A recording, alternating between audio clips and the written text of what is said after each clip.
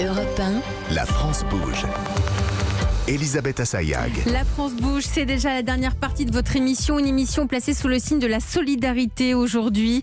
Les Français sont généreux, on l'a vu là depuis le début de l'émission, c'est ce que vous nous avez dit Thierry Robert, vous êtes le directeur général et secrétaire national du Secours populaire. L'élan de solidarité est immense. C'est une autre association qui existe depuis plus de 70 ans, fondation d'utilité publique qui à l'origine avait pour vocation de venir en aide aux orphelins et aux survivants de la Shoah. C'est le FSJU. Bonjour Julie Guez. Bonjour. Vous êtes la directrice de la philanthropie du Fonds social juif unifié. Vous vivez, vous aussi, avec l'aide de donateurs, de bénéficiaires. Et vous aidez quotidiennement plus de 20 000 personnes par an. Vous êtes basé à Paris, mais vous avez aussi des antennes à Marseille, Lyon, Nice, Strasbourg ou encore Toulouse. Julie Guez, la mobilisation pour l'Ukraine, elle est naturelle pour vous puisque vous avez toujours eu cette notion d'opération de sauvetage humanitaire. Oui, tout à fait. Le Fonds social juif unifié, vous l'avez dit à juste titre, est né il y a plus de 70 ans maintenant. Elle est reconnue d'utilité publique. Elle est née au lendemain, effectivement, de la Shoah dans les années 50. Elle a toujours eu vocation à accueillir des milliers de rapatriés. Alors à l'époque, ça a été d'Afrique du Nord, pardon. C'est une structure, comme vous le dites très justement, qui vit de dons privés, qui est présidée par notre ami Maître Ariel Goldman. Et elle a vocation, actuellement et depuis toujours, à fédérer, à subventionner des associations sociales en France pour agir auprès d'un public en situation de grande précarité et d'agir dans tous les cas des situations d'aide humanitaire, notamment et d'opérations de sauvetage, comme on est en train de le dire actuellement. Justement, vous venez de le dire, vous le vivez actuellement, ces opérations de sauvetage en Ukraine pour venir en aide aux réfugiés, pour ceux qui le souhaitent, être rapatriés en France. Exactement.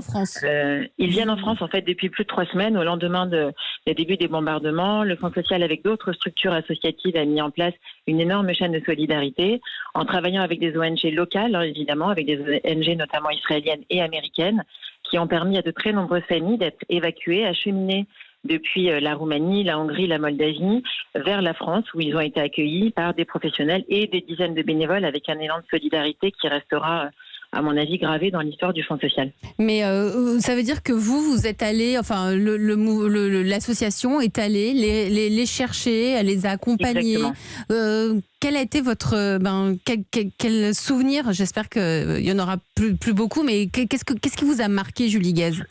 Ça ne prend pas tout à fait la tournure, mais effectivement, d'avoir vu ces bénévoles dans un élan de solidarité extraordinaire prendre l'avion, aller passer le temps nécessaire aux frontières pour pouvoir, dans un premier temps, d'abord rassurer effectivement ces familles. La France, c'est près, en même temps, c'est très loin. C'est pas la même culture. Il y a une barrière de la langue qui est évidente. C'était pas nécessairement très très naturel pour eux d'être rapatriés et de vivre. Il y a des familles qui nous ont raconté, elles ont mis plus de 50 heures à traverser la frontière. Il faut imaginer dans quel état on les a récupérés, dans quel état on les a accueillis quand elles sont arrivées à l'aéroport les jeudis qui se sont successivement suivis. On a accueilli plus d'une centaine de personnes maintenant et j'avoue que je n'oublierai jamais le regard de ces enfants qu'on a essayé d'accueillir tant bien que mal avec tous ces cadeaux, tout ce que l'on pouvait faire pour pouvoir à minima les accompagner, qui nous regardaient de manière vraiment avec un regard hagard. Et là, je commence un petit peu à me dire que ça commence un petit peu à aller mieux. Ils commencent à prendre leurs repères, leurs mamans sont à leur côté et on a essayé effectivement avec la plus grande dignité possible de les héberger dans des hôtels, dans des appartements. Et cette chaîne de solidarité, elle est très forte et je pense que les réfugiés le ressentent pleinement. Et quand vous dites qu'ils le ressentent, ça veut dire quoi? Parce que vous l'avez dit, il y a la barrière de la langue. Ça veut dire que quand vous allez les voir, vous êtes accompagné de traducteurs, vous avez réussi à en trouver. Exactement. Comme ça, des médecins. J'imagine que c'est aussi la culture de la débrouillardise, même si tout est très encadré, c'est ce que nous disait. Mais il faut aussi trouver les bonnes personnes en une heure. C'est ça, c'est tout à fait ça. C'est-à-dire qu'on est des professionnels, mais on est avant tout des militants, des hommes et des femmes engagés, avec cette unique et extrême volonté de pouvoir faire le mieux et apporter le mieux.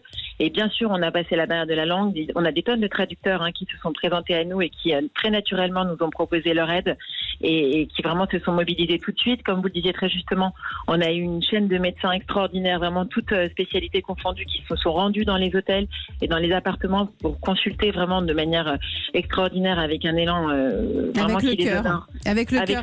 Justement, alors pour vous aider, on fait comment? Pour nous aider, on se rend sur la page du Fonds social juif unifié, www.fsju.org, puisqu'on ne vit que de dons privés. et on nous soutient financièrement en faisant des dons, et ce sera vraiment déjà absolument extraordinaire. Merci Julie Gaz, directrice de la philanthropie du Fonds social juif unifié. C'est déjà la fin de votre émission. Thierry Robert, merci d'avoir été avec nous dans La France Bouge, directeur général et secrétaire national du Secours populaire. Allez, on redonne l'adresse parce qu'il faut faire des dons là, c'est important. Parce que vous l'avez dit, c'est le don d'argent, le don financier est aujourd'hui primordial. Donc on peut se rendre sur secourspopulaire.fr et puis proposer son aide, y compris pour organiser des collectes. Pour organiser des collectes. Merci à vous Nathalie Carré, on se retrouve demain. À demain. Dans une France Bouge qui va mettre en avant les franchises avec ce modèle qui vous permet de devenir entrepreneur en étant encadré avec un concept qui fonctionne déjà. À demain, dans un instant le Flash suivi de Christophe Ondelat.